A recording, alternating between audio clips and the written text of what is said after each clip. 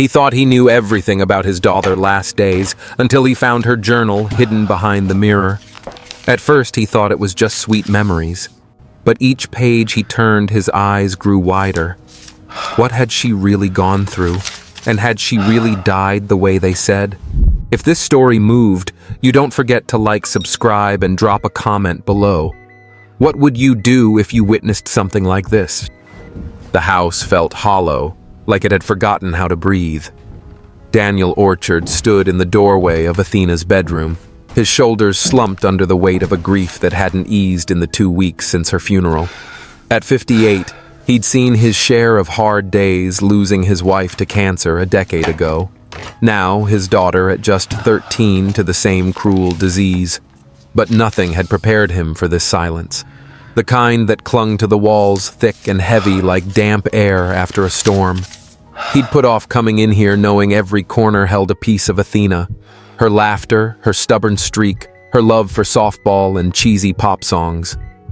But today, he couldn't avoid it any longer. The room needed to be cleaned, or at least that's what he told himself as he stepped inside his work boots, scuffing softly on the hardwood floor. The late afternoon sun filtered through the curtains, casting a warm glow over Athena's things. Her collection of colorful scrunchies on the dresser, a half-finished sketch of a horse taped to the wall, a worn-out catcher's mitt on the bed. Daniel's chest tightened as he picked up the mitt, running his thumb over the frayed leather. She'd been so proud when she made the team, even if she only got to play 1 season before the diagnosis stole her strength. He set it down gently like it might break, and moved to the mirror above her desk. It was smudged with fingerprints, probably from Athena leaning in close to braid her hair or make faces at herself. He grabbed a rag from his back pocket and started wiping it down the motion automatic mechanical something to keep his hands busy while his mind churned. As he lifted the mirror to clean the edges, something shifted behind it. A soft thud hit the floor. Daniel froze, his heart thumping harder than it should have. He set the rag down and crouched, peering under the desk. There, half hidden in the shadows, was a thick, spiral-bound notebook, its cover scuffed and faded. His breath caught. Athena's journal. She'd always been scribbling in it, especially during those long hospital stays, but he'd never thought to look for it after she was gone. He reached for it, his fingers brushing the worn edges, and pulled it into his lap. The weight of it felt heavier than it should, like it carried more than just paper. Sitting on the edge of Athena's bed, Daniel opened the journal, his hands trembling just enough to notice. The first page was dated a year ago, her handwriting neat but childish, full of loops and curls. "Today was a good day," she wrote. "Nurse Jenny snuck me an extra Jell-O cup, and I beat Lucy at Uno 3 times in a row. She says I cheat, but she's just mad she keeps picking wild cards." Daniel's lips twitched into a faint smile, the memory of Athena's competitive streak cutting through the fog of his grief. He could almost hear her giggling, see her tossing her head back as she teased her friend. But the smile faded fast. Lucy, the girl who shared her hospital room, played silly games between treatments. Lucy had cancer too, though Athena never said much about the details, like she didn't want to make it too real. He turned the pages, each one a snapshot of Athena's life in the pediatric oncology ward. She wrote about the little things, how the hospital food tasted like cardboard, how she'd convinced a nurse to let her wear her softball jersey during chemo, how she and Lucy would make up stories about the doctors to pass the time. Her words were bright, full of the kind of hope only a kid could hold on to in a place like that. But as Daniel read on, the tone shifted like a cloud passing over the sun. Athena's entries grew shorter, her handwriting less steady. "Lucy's not doing so good," she wrote in one. "She's got these weird bruises on her arms and she's so tired all the time. I asked Dr. White about it, but he just said it's normal. I don't know, something feels off." Daniel's brow furrowed. Dr. White. He remembered the man, tall, thin, with a clipped way of talking that always made Daniel feel like he was being dismissed. The doctor had been in charge of Athena's treatment, always rattling off medical terms too fast for Daniel to follow. He'd trusted him, hadn't he? What choice did he have? But Athena's words gnawed at him, stirring an unease he couldn't shake. He kept reading the pages, turning faster now, his fingers clumsy with urgency. Athena's entries grew darker, more fragmented. Dr. White came in last night. It was late, like midnight. He didn't say anything, just stood by Lucy's bed for a long time checking her chart.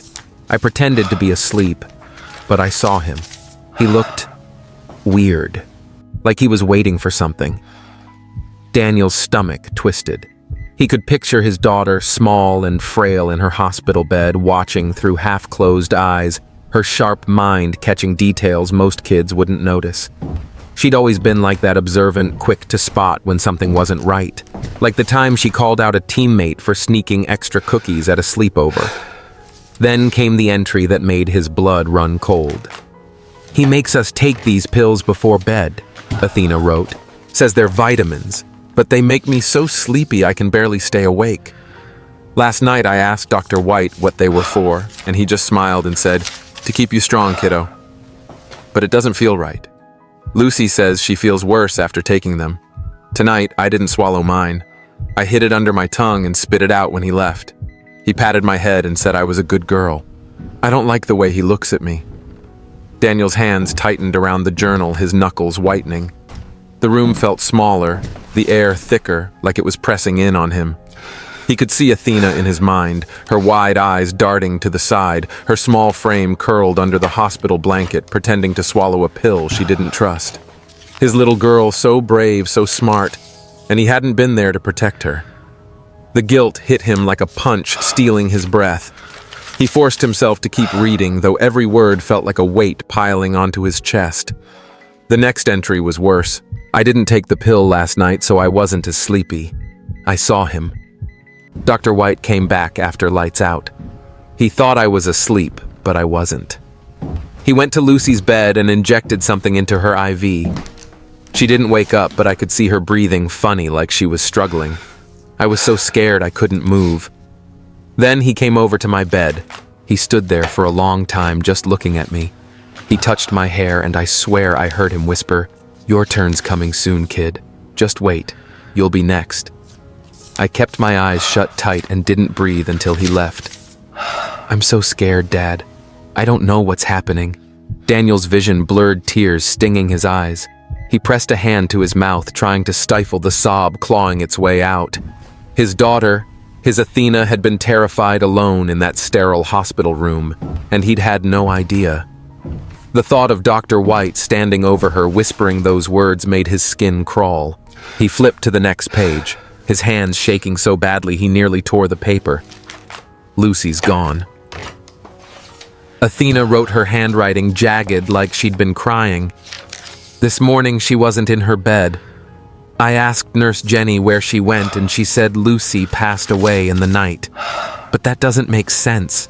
Lucy was talking to me yesterday, laughing about how she was gonna beat me at Uno when she got better. I asked Dr. White, and he just said, "Sometimes these things happen." I don't believe him. Something's wrong, Dad. I know it. And then on the last page, in a scrawl that looked like it had been written in a hurry, were the words that broke him. "If something happens to me or Lucy." Dad, don't believe what they tell you. It's not what it seems. Find the truth. Please. Daniel closed the journal, his hands trembling so much he could barely hold it. The room spun around him, the walls closing in. He pressed the heels of his hands to his eyes, trying to push back the flood of emotions. Grief, rage, helplessness. Athena had known something was wrong. He stopped in front of the mirror, staring at his reflection. Graying hair, tired eyes, a man who'd failed to protect the one person who mattered most. But Athena hadn't given up. Even in her final days, she'd fought, leaving him this clue, this mission. His jaw tightened, and he wiped his eyes with the back of his hand. "I'm gonna find out what happened, kiddo," he whispered, his voice rough, like gravel. "I promise." Daniel picked up the journal again, tucking it under his arm. He didn't know where to start, but he knew he couldn't stop. Not now. He moved to her desk, a small wooden thing cluttered with pencils, a cracked ceramic mug she'd painted at summer camp, and a stack of dog-eared softball magazines. Daniel's hands moved slowly, almost reverently, as he opened each drawer, half expecting to find nothing but old homework or doodles. The top drawer held a jumble of hair ties and a few crumpled dollar bills, the kind Athena used to save for vending machine snacks. The second drawer was stuffed with school papers, her neat handwriting marking up math worksheets. But the bottom drawer stuck when he tugged it, the wood groaning like it was hiding something. He yanked harder, and it gave way with a scrape, revealing a mess of old receipts, a broken keychain, and something else, a small black USB drive tucked into the corner, nearly invisible against the dark wood. Daniel's heart thudded, a dull ache spreading through his chest. He picked up the USB, its surface cool and smooth, no bigger than his thumb. It felt like a secret, something Athena had hidden with care. He turned it over in his hand, noticing a tiny strip of tape with her initials, AO, scratched in marker. His throat tightened. This wasn't just some forgotten trinket. It was hers, deliberately stashed where no one would look. He crossed the room to his old laptop on the kitchen table, the journal tucked under his arm. His hands shook as he plugged in the USB, the laptop humming to life with a slowness that made him want to yell. When the drive finally opened, there was just one file, an audio clip labeled Night 0322. He clicked play, and the room filled with a faint hiss, like static from an old radio. Then came a voice, low, clipped, unmistakable. Dr. White. Daniel's stomach churned as he leaned closer, the laptop's tinny speakers straining to carry the words. "Those kids are perfect test subjects," Dr. White said, his tone casual, like he was discussing the weather. "Lucy and Athena especially. They're young. No one's gonna dig too deep." A pause, then a dry chuckle that sent a shiver down Daniel's spine. "The paperwork's already cleaned up. No one's finding anything." The audio crackled, and then there was a sharp gasp. Athena's unmistakable, followed by the creak of a door and a sudden silence that felt like a scream cut short. Daniel sat frozen, his hands gripping the edge of the table so hard his knuckles turned white. His eyes burned, tears welling up as he replayed the audio in his mind. Athena's gasp, her fear trapped in that fleeting sound, hit him harder than anything in her journal. She'd been there listening, terrified, while that monster talked about her like she was nothing. A test subject. His little girl who'd fought so hard to live, reduced to a number in some sick experiment. The rage came fast, hot, and blinding, but it tangled with a grief so deep it threatened to swallow him whole. He pressed his palms to his eyes, trying to steady his breathing, but all he could see was Athena in that hospital bed. Her small frame dwarfed by tubes and machines, her sharp eyes catching every detail. He played the audio again, forcing himself to listen to catch every word. Dr. White's voice was smug, almost proud, as he bragged about faking records. The arrogance of it made Daniel's skin crawl, but it was the sound of Athena's breath, that panicked hitch, that broke him. She'd known. She'd been so scared, yet she'd found a way to record this to leave him proof. His daughter, barely 13, had done what he couldn't see through the lies fought back in her own quiet way. The thought made his chest ache with pride and guilt, a bitter mix that left him dizzy. Daniel stood pacing the small kitchen, the USB still clutched in his hand. He couldn't sit still, not with that voice echoing in his head. He needed to do something, to move, to make sense of it all. The journal and the audio were pieces of a puzzle, but they weren't enough, not yet. Athena's words in the journal, her fear about Dr. White and Lucy's disappearance, lined up too neatly with the audio. He thought back to those hospital visits, how Dr. White had always seemed so calm, so professional, brushing off Daniel's questions with a tight smile. Had it all been a lie? The treatments, the assurances that Athena was responding well. His hands clenched into fists, the USB biting into his palm. He sank back into the chair, opening the journal again, flipping to the pages about Lucy. Athena had written about her friend's bruises, her exhaustion, the strange pills Dr. White insisted they take. Daniel's mind raced, connecting the dots. The hospital records, he needed to see them.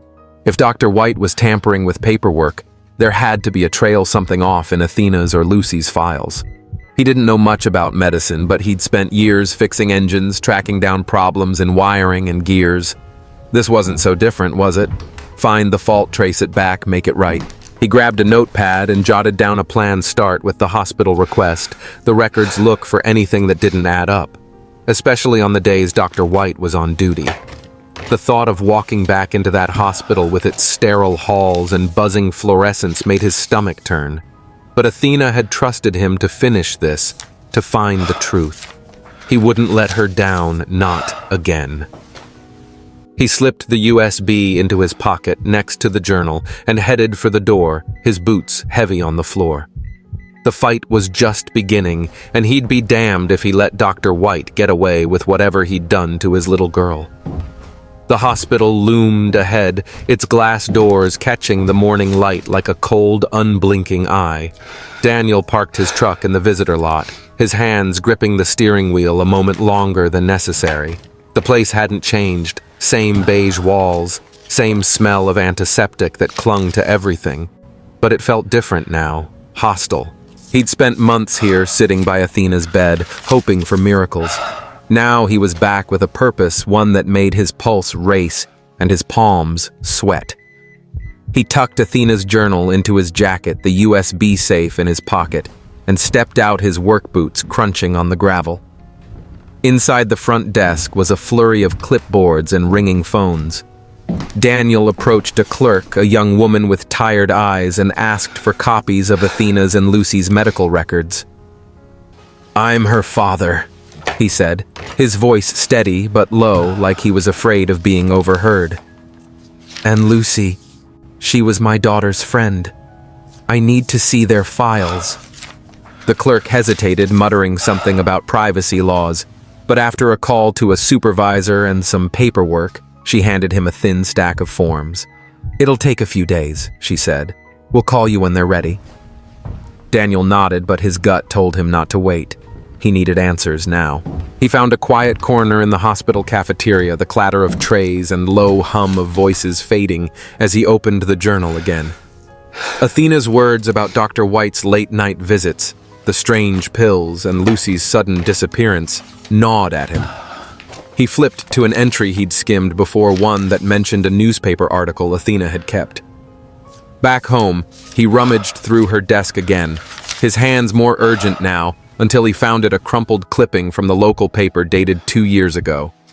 The headline read, "Local Hospital Faces Allegations of Unapproved Drug Trials." The article was vague, mentioning a whistleblower, and a doctor Dr. White briefly investigated but cleared due to lack of evidence. The hospital had swept it under the rug, promising reforms. Daniel's jaw tightened. Lack of evidence. He'd heard that excuse before, back when he'd tried to sue a shady mechanic for botching a job. It was always the same cover-ups for the powerful. The article gave him a new lead. Lucy's family. Athena had mentioned their last name, Carter, in one of her entries, along with a vague reference to their address in a nearby suburb. It took some digging through an old phone book and a few dead-end calls, but Daniel finally tracked down their number. He dialed, his heart pounding as the line rang. A woman answered, her voice soft but worn, like she'd been crying for days. "Hello, Mrs. Carter." Daniel cleared his throat, his fingers tightening around the phone. "I'm Daniel Orchard, Athena's dad. She was friends with your daughter Lucy in the hospital. Can I come by and talk?" There was a long pause, then a shaky, "Sure, we're home." She gave him the address, and an hour later, Daniel was pulling up to a modest ranch-style house, the lawn overgrown, the curtains drawn tight. He knocked, and a man opened the door, mid-50s, like Daniel, with deep lines etched into his face. "You must be Daniel," he said, stepping aside. "I'm Tom. This is Ellen." Lucy's mother sat on a sagging couch, clutching a tissue, her eyes red and hollow. They offered him coffee, but he declined, too wired to sit still. "I'm so sorry about Lucy," he started, his voice rough. "Athena. She passed a couple weeks ago. I found her journal, and she wrote about Lucy, about things that don't add up." He hesitated, watching their faces for a reaction. Ellen's eyes welled up, and Tom's jaw tightened, but they didn't interrupt. She said Lucy disappeared one night, that the hospital didn't explain it right. Ellen's voice broke as she spoke. They told us Lucy was doing better. Dr. White said her last tests were promising that she might even go home soon. Then out of nowhere, they called us in the middle of the night and said she'd passed. She choked on the word and Tom put a hand on her shoulder, his own eyes glistening. They wouldn't let us see her right away, kept us waiting in some room for hours. When they finally let us in, we only got a few minutes. Her face, she didn't look right. Too pale, too still. Daniel's stomach twisted, the memory of Athena's final days flashing through his mind. "Did they give you her records?" he asked, leaning forward. "Anything to explain what happened?" Tom shook his head. "We asked, but they said it was complicated, that we wouldn't understand. They told us to let it go for our own sake. Even offered us money to sign some papers and keep quiet." His voice cracked with anger. "We didn't take it, but we didn't know what else to do." Daniel felt the USB in his pocket, its weight like a promise. He wanted to tell them about the audio about Athena's journal, but he held back. Not yet. He needed something solid to tie it all together. "I'm gonna find out what happened," he said, his voice low but firm. "For Athena, for Lucy, I'll let you know what I dig up." As he drove home, the journal on the passenger seat, Daniel's mind raced. The hospital's delays, the altered records, the article about Dr. White, it was all starting to fit like pieces of a machine he was finally understanding. But it wasn't enough. He needed to get back into that hospital to see what Dr. White was hiding. Athena's words, her fear, her courage burned in his chest. He wouldn't stop until he had the truth. The hospital's fluorescent lights buzzed overhead, casting a sterile glow that made Daniel's skin feel clammy. He sat in his truck in the parking lot, the engine off, the air thick with the smell of old coffee from a takeout cup in the console. His hands rested on the steering wheel, still clutching the photocopied hospital records he'd finally gotten, after days of hounding the clerk. The pages were creased from being folded and unfolded, studied late into the night until his eyes burned. Athena's journal and the USB drive sat on the passenger seat. Their presence a constant reminder of why he was here, why he couldn't walk away. The audio of Dr. White's voice, cold, smug, calling his daughter a test subject, played on a loop in his mind, fueling a fire that kept him moving, despite the exhaustion weighing him down. He'd come back to the hospital today with a purpose, one that felt sharper, more desperate than before.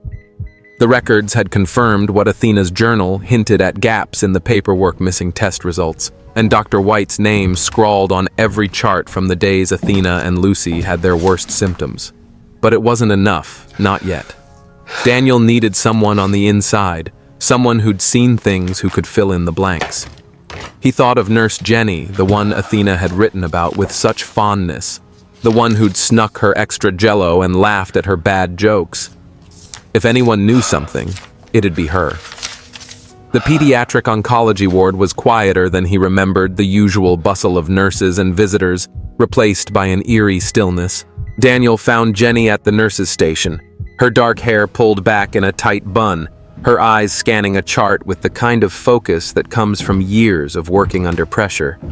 She was younger than him, maybe mid-40s, with a tired kindness in her face that made him think she'd seen too much of this place. He approached slowly, his boots scuffing on the linoleum, and cleared his throat. "Jenny, I'm Daniel Orchard, Athena's dad. Can we talk for a minute?" Her eyes flicked up, and for a moment he saw a flicker of recognition. Then something else. Caution, maybe fear. "Mr. Orchard?" she said, her voice soft but guarded. "I'm so sorry about Athena. She was a special kid." She glanced around like she was checking for eavesdroppers, then gestured to a small break room down the hall. "Let's go in there." The break room smelled of burnt coffee and antiseptic, with a sagging couch and a table cluttered with empty mugs. Jenny shut the door behind them, her movements quick, nervous. Daniel sat his hands clasped tight to keep them from shaking. "I need your help," he said, his voice low, rough from lack of sleep. Athena left me some things, her journal, a recording. They point to Dr. White doing something wrong, real wrong. I think he was messing with the kids' treatments, maybe worse. Jenny's face paled and she crossed her arms, leaning against the wall like she needed the support. I don't know what you're talking about, she said, but her voice wavered and she wouldn't meet his eyes. Dr. White's the head of oncology. He's got a lot of responsibility. Daniel leaned forward, his heart pounding.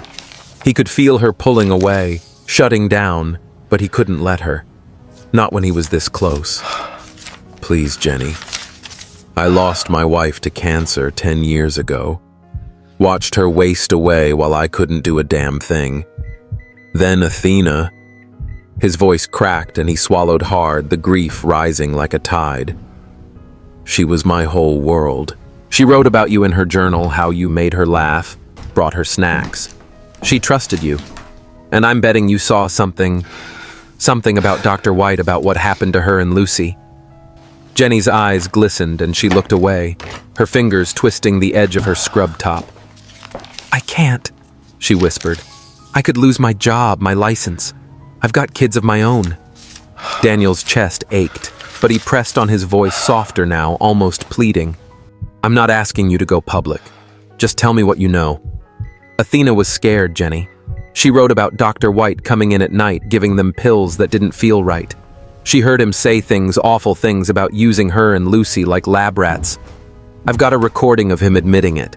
I just need to know what you saw so I can stop him before he hurts another kid. Her breath hitched and she sank onto the couch, her hands covering her face for a moment. Daniel weighted his heart in his throat, every second stretching out like an eternity. Finally, she looked up, her eyes red but steady. You can't tell anyone it was me, she said, her voice barely above a whisper. Promise me, Daniel. I'll lose everything. He reached out his calloused hand, closing gently over hers. I swear, Jenny, no one will know. You have my word. She nodded, wiping her eyes with her sleeve, and took a shaky breath. Dr. White, he's been running some kind of trial. Not the usual kind, not FDA approved. I overheard him talking to a drug rep once about off-book injections for the kids in his care. I didn't think much of it at first. Doctors talk big sometimes, but then I saw him charting weird doses, stuff that didn't match the protocols. And the kids he picked, like Athena and Lucy, they'd get sicker right after his rounds. Not better. Daniel's blood ran cold, the audio of Dr. White's voice echoing in his mind. What kind of injections? He asked, his voice tight. I don't know the name, Jenny said, her voice trembling. But I saw him with vials that didn't have standard labels, just numbers.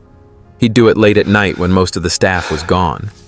I thought maybe it was experimental, something to help them, but it didn't add up. Lucy got so weak, and Athena, she kept asking questions. I told her to stop for her own sake. Daniel's hands clenched into fists, his nails digging into his palms. Why didn't you say anything? Jenny's eyes flashed with guilt and fear. I wanted to. But this hospital, they protect their own. A few years back, there was a nurse who spoke up about some shady stuff. She got fired, blacklisted. I've got 2 kids in college, Daniel. I couldn't risk it. He nodded, the anger in him tempered by her honesty. Thank you, he said, squeezing her hand before letting go. You're doing right by Athena now. That's what matters. Back in his truck, Daniel pored over the hospital records again, cross-referencing them with Athena's journal. The patterns were clear now. Dr. White was always on duty when Athena and Lucy had their worst days, when the mysterious bruises appeared, or their energy crashed. The records were sloppy too, with blank pages or notes that looked like they'd been rewritten in a hurry. He found an old schedule tucked in the stack, showing Dr. White's night shifts lining up perfectly with Athena's entries about his late-night visits. And then there was the newspaper article, the one about the hospital's past scandal. It hadn't named Dr. White outright, but his name was there, buried in the fine print, a doctor cleared of wrongdoing. Daniel's jaw tightened. Cleared my ass, he thought. His mind drifted to another detail. Jenny had let slip a new patient. A boy maybe 10 years old with the same kind of bone cancer Athena had. She'd seen him in Dr. White's care, looking pale and listless after his rounds. Daniel's stomach churned at the thought. Another kid, another victim. He couldn't let it happen again. The journal, the audio, the records, they were damning, but they weren't enough to nail Dr. White. Not yet. He needed something airtight, something the hospital couldn't bury. He needed to catch him in the act. The idea came to him like a spark in the dark. The hospital was always hiring temp workers, janitors, maintenance folks who blended into the background. If he could get in work a night shift, he could watch Dr. White, maybe even get proof on video. It was risky, crazy even, but Daniel had nothing left to lose. He thought of Athena's gasp in that recording, her courage in the face of fear. If she could do that, he could do this. He drove to a small office downtown, a temp agency that supplied cleaners to the hospital. Using an old friend's name as a reference and a fake ID he'd kept from a side job years ago, he signed up for a night shift. The paperwork was simple, the kind of thing no one checked too closely. Just need someone to push a mop, the agency guy said, barely looking up from his computer. Daniel nodded, his heart racing, but his face calm. By the next evening, he'd have a uniform, a badge, and a chance to get inside. He patted the USB in his pocket. Athena's journal tucked safely in his glove box. This was for her, for Lucy, for that boy. He'd be their eyes in the dark, and he wouldn't stop until Dr. White was finished. The hospital's halls were dim, the kind of dim that made shadows stretch long and menacing across the linoleum. Daniel pushed the cleaning cart, its wheels squeaking faintly. The sound swallowed by the hum of machines and the occasional weak cough from a room down the corridor. His janitor's uniform, a shapeless green smock, hung loose on his frame, the badge clipped to his chest, feeling like a lie. At 58, he was no stranger to hard work, but this was different. His heart thudded so loud he was sure someone would hear it, and sweat beaded on his forehead despite the chilly air. Every step through these darkened halls, past rooms where kids fought to survive, felt like walking a tightrope over a pit. Athena's journal tucked away in his truck, and the USB in his pocket were his anchors, her voice urging him forward. He was here for her, for Lucy, for the boy Dr. White was treating now, a kid who might not make it if Daniel didn't act fast. He'd memorized Dr. White's schedule pieced together from the hospital records and Jenny's reluctant whispers.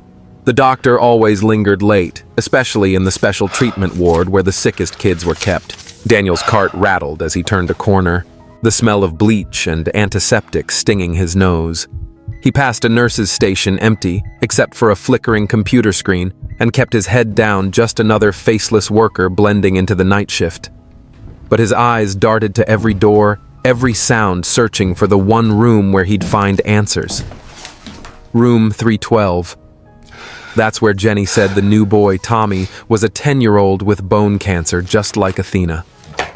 Daniel's gut twisted at the thought of another kid under Dr. White's care, another name on a chart marked for something sinister. He slowed as he neared the room, the cart's wheels creaking to a stop. A faint murmur came from behind the door, low and deliberate, like someone talking to themselves. Daniel's pulse quickened. He leaned closer, ear nearly pressed to the wood, and caught Dr. White's voice, clipped and precise, muttering about dosages and optimal response. The words sent a chill down Daniel's spine, too close to the cold arrogance he'd heard on Athena's recording. He eased the door open just a crack, the hinges silent, and peered inside. The room was bathed in a sickly green glow from a monitor casting long shadows across the bed, where Tommy lay small and still, his chest rising and falling unevenly.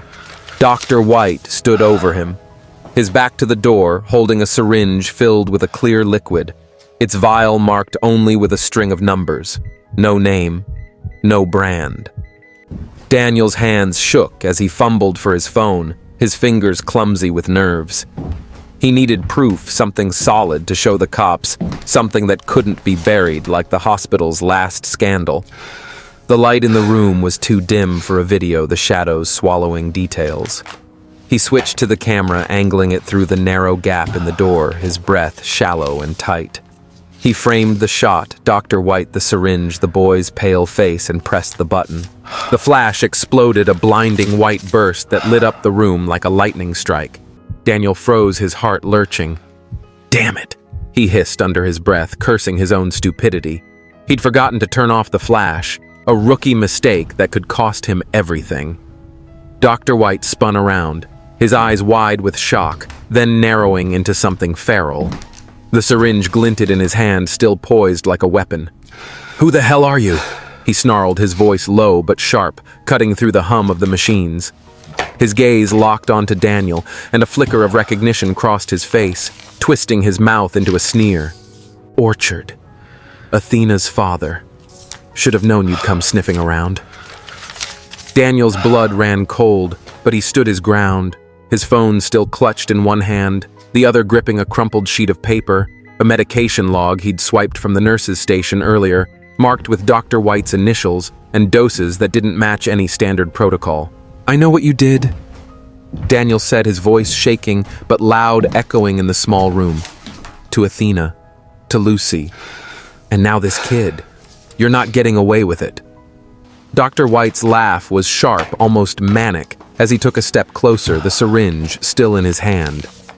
"You think you can stop me? You're a nobody, Orchard. A grieving dad with nothing but a dead girl's diary."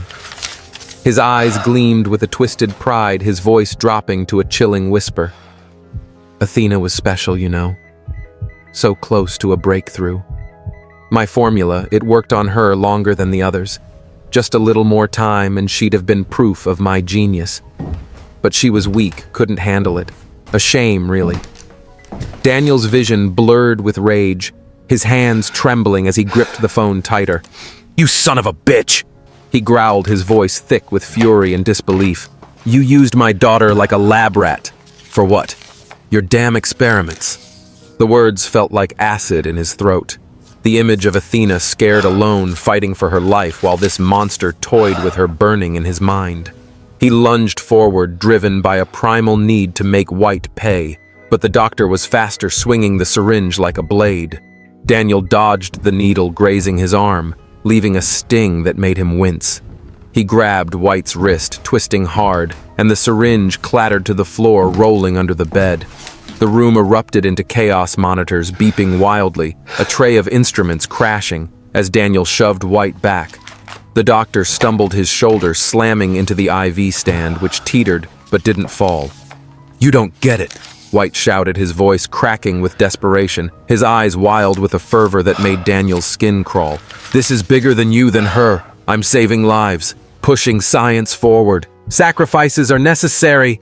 Athena, Lucy, they were necessary. Sacrifices!" Daniel roared, his voice raw, his hands balling into fists. "You killed my daughter. You killed Lucy. And you're gonna do it to this boy too." He charged again, grabbing White by the collar and slamming him against the wall.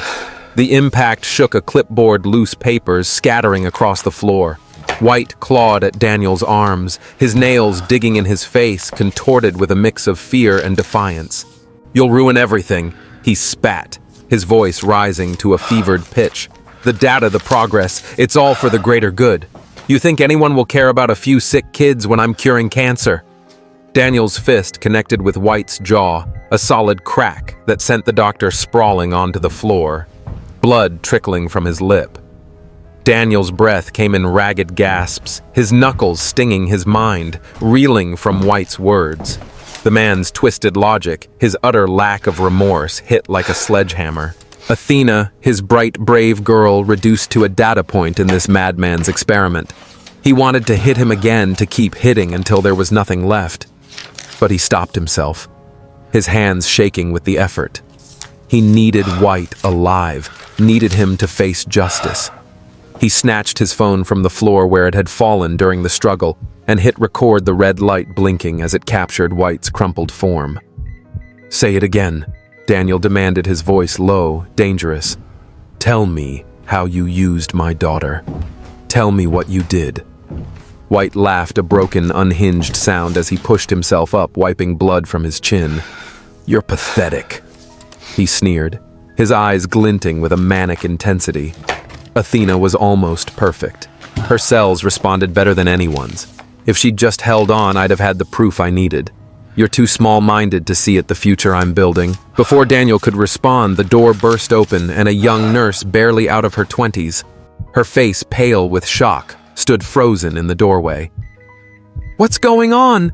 she stammered, her eyes darting between Daniel, the bloodied doctor, and the scattered mess of the room. "Call security!" Daniel shouted, his voice hoarse, his hands still gripping the phone and the medication log. "Get the cops. This man's a killer." The nurse hesitated, her hands trembling, but she bolted for the hall, her footsteps echoing.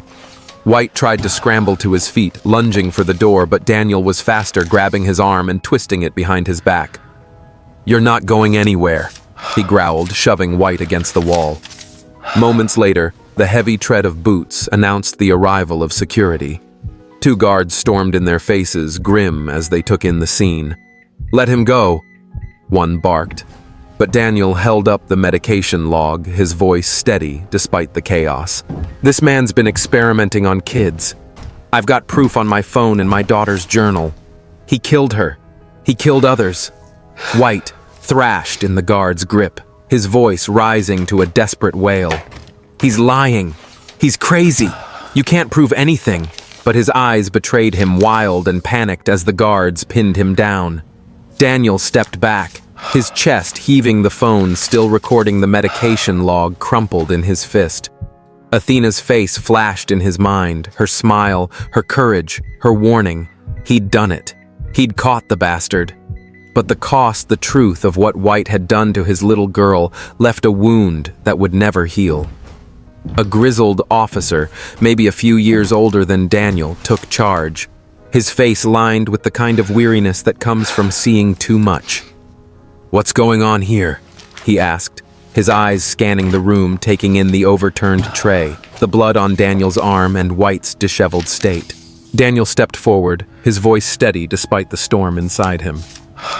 "This man's been experimenting on kids," he said, holding out his phone and the medication log. "My daughter Athena. She died here. She left me proof. A recording her journal, and this paper, it shows he was giving them drugs that weren't approved. He admitted it right here just now." The officer took the phone, his brow furrowing as he glanced at the screen. The video still paused on White's bloodied face. Daniel handed over the medication log, its edges creased from his grip, and explained how it matched the entries in Athena's journal, how the dates lined up with White's shifts and the kid's symptoms. "There's a USB in my pocket," he added, his voice low, urgent. "It's got a recording of him talking about using my daughter and her friend Lucy as test subjects. He laughed about it, said he'd fixed the record so no one would know." White thrashed against the guards, his voice rising to a fevered pitch. "He's lying! It's fabricated! You can't trust a grieving father." He's unhinged, but his words faltered as the officer raised a hand, silencing him. The second cop, younger with a buzz cut and a skeptical squint, took the USB and the log, slipping them into an evidence bag. "We'll need to review this," the older officer said, his tone calm but firm. "But if what you're saying checks out, this is serious." He nodded at the guards. "Cuff him." The metallic click of handcuffs echoed in the room as White's wrists were bound, his shoulders slumping as the fight drained out of him. His eyes met Daniel's for a moment, and there was something there, not just fear, but a flicker of resentment, like he still believed he was the victim. Daniel stared back, his jaw tight, his hands balled into fists. He wanted to say something, to scream at White for what he'd done to Athena, to Lucy, to all the kids he'd treated like lab rats. But the words wouldn't come stuck in his throat like a stone. The police led White out, his head bowed, his footsteps shuffling. The nurse lingered, her hands twisting nervously as she watched them go. Daniel sank into a chair by Tommy's bed, his body suddenly heavy, like the weight of the last few weeks had finally caught up with him. He pressed his hands to his face, tears slipping through his fingers, hot and silent. "Athena," he whispered, his voice breaking. "I did it, kiddo. No more kids are gonna die because of him." The words felt small in the vastness of his grief, but they carried a promise, one he'd made to her the moment he found her journal. Her courage, her sharp eyes catching what no one else had led him here. She was the spark that had burned through the lies, and he'd carried her fire to the end. In the days that followed, the hospital became a circus of investigators and reporters. The police reviewed Daniel's evidence, the video of White's attack, the audio of his chilling confession, the medication log with its damning inconsistencies, and Athena's journal, its pages a testament to her bravery. The USB's recording with White's smug voice admitting to tampering with records was the nail in his coffin. Detectives matched it to the hospital's altered charts, uncovering a trail of falsified data that stretched back years. White wasn't alone. A handful of staff, including a lab tech and a hospital administrator, were implicated, their names tied to unapproved drug trials funded by a shady pharmaceutical company. The story broke in the local news, then spread, Athena's name becoming a quiet rallying cry for accountability, a warning about greed and unchecked power. Daniel kept the journal and the USB on his nightstand next to a photo of Athena in her softball uniform, her grin wide and fearless. He couldn't bring himself to put them away, not yet. They were more than evidence. They were pieces of her proof of the girl who'd fought back even when she was too weak to stand. Sometimes, late at night, he'd open the journal and read her words, her stories about Lucy, her suspicions about Dr. White, her plea to find the truth. It hurt every time, like a wound that wouldn't close, but it also kept her close, her voice clear in his mind. He visited Lucy's parents, Tom and Ellen, a week after White's arrest. They sat in their living room, the air heavy with shared loss, and Daniel told them everything, Athena's journal, the recording, the fight in the hospital. Ellen cried, clutching a photo of Lucy, and Tom gripped Daniel's hand, his voice thick. "You gave her justice," he said. "Both our girls." Daniel knotted his throat tight, knowing justice didn't bring them back, but hoping it gave them peace. The case wasn't over. Trials would drag on, lawyers would argue, and the hospital would try to save face. But Daniel had done what Athena asked. He'd found the truth, laid it bare for the world to see. As he drove home under a gray sky, the journal on the seat beside him, he felt her presence steady and strong. She'd been the light that cut through the dark, and he'd carry it forward always. Daniel eased his truck into the driveway, the engine's rumble fading into the hush of a gray evening. The house loomed silent, emptier than ever without Athena's laugh to fill it. He clutched her journal, its cover worn soft from all the times he'd held it, and stepped inside, the floorboards creaking under his boots. Weeks had passed since Dr. White's arrest, since the truth about Athena and Lucy tore through the hospital's lies, making headlines before the world moved on. But Daniel couldn't. Not yet. He sat at the kitchen table, the journal's weight grounding him, and opened it to the last page, one he'd missed before, hidden in the back like a secret she'd saved just for him. Athena's handwriting was gentle, each letter careful, like she'd known her time was short. "Dad, if you're reading this, I'm probably gone," she wrote. "I'm sorry it hurts. But happiness isn't a place you get to, it's the road you're on, like when we ate ice cream on the porch, laughing till our sides hurt. Love's like the wind. You can't see it, but you feel it warm and real. I felt it every time you held my hand through those hospital nights." Daniel's eyes burned tears, blurring the words, his chest tight with a grief that hadn't softened. He could see her, his 13-year-old girl, scribbling this in her hospital bed, her small hand trembling, but her heart fierce. She went on, her words steady despite the pain she must have felt. "Life's fragile, Dad. It can change in a heartbeat, no warning. So grab the good moments, the smell of rain, your morning coffee, the way the stars look on a clear night. Hold tight to what matters, like you taught me to never give up. You're strong, and you made me strong. I want you to keep living, to love, to find joy, because you deserve it. I love you always. Your Athena." Tears spilled down Daniel's cheeks, hot and heavy, smudging the ink as he pressed the journal to his heart. His shoulders shook, a sob breaking free, raw and quiet. How had she known to write this, to leave him this light in the dark? Athena, his brave, bright girl, had fought to the end, not just for justice, but for him, urging him to keep going. He thought of her smile, her courage, how she'd uncovered White's crimes with a pen and a stolen moment. "I love you too, kiddo," he whispered, his voice rough, thick with pride and pain. Outside, a soft breeze stirred unseen, but there, like her love, steady and eternal. He'd keep her journal close, her words a guide to live, to fight, to carry her forward always. Hey there, friends. Before we wrap up today's video, I just wanted to take a minute to talk about this story we've shared. Even though this tale is purely fictional, I think it really makes us think about some tough questions: trust, courage, and what we do to protect the people we love. Daniel's journey isn't real, but the emotions, the love for his daughter, the anger at betrayal, the fight for the truth, those are real and they matter. What I love most about this story is how it shows us the power of a parent's love and the importance of standing up when something feels wrong. Athena's bravery in leaving those clues even when she was so sick really shows that even the smallest voice can make a big difference.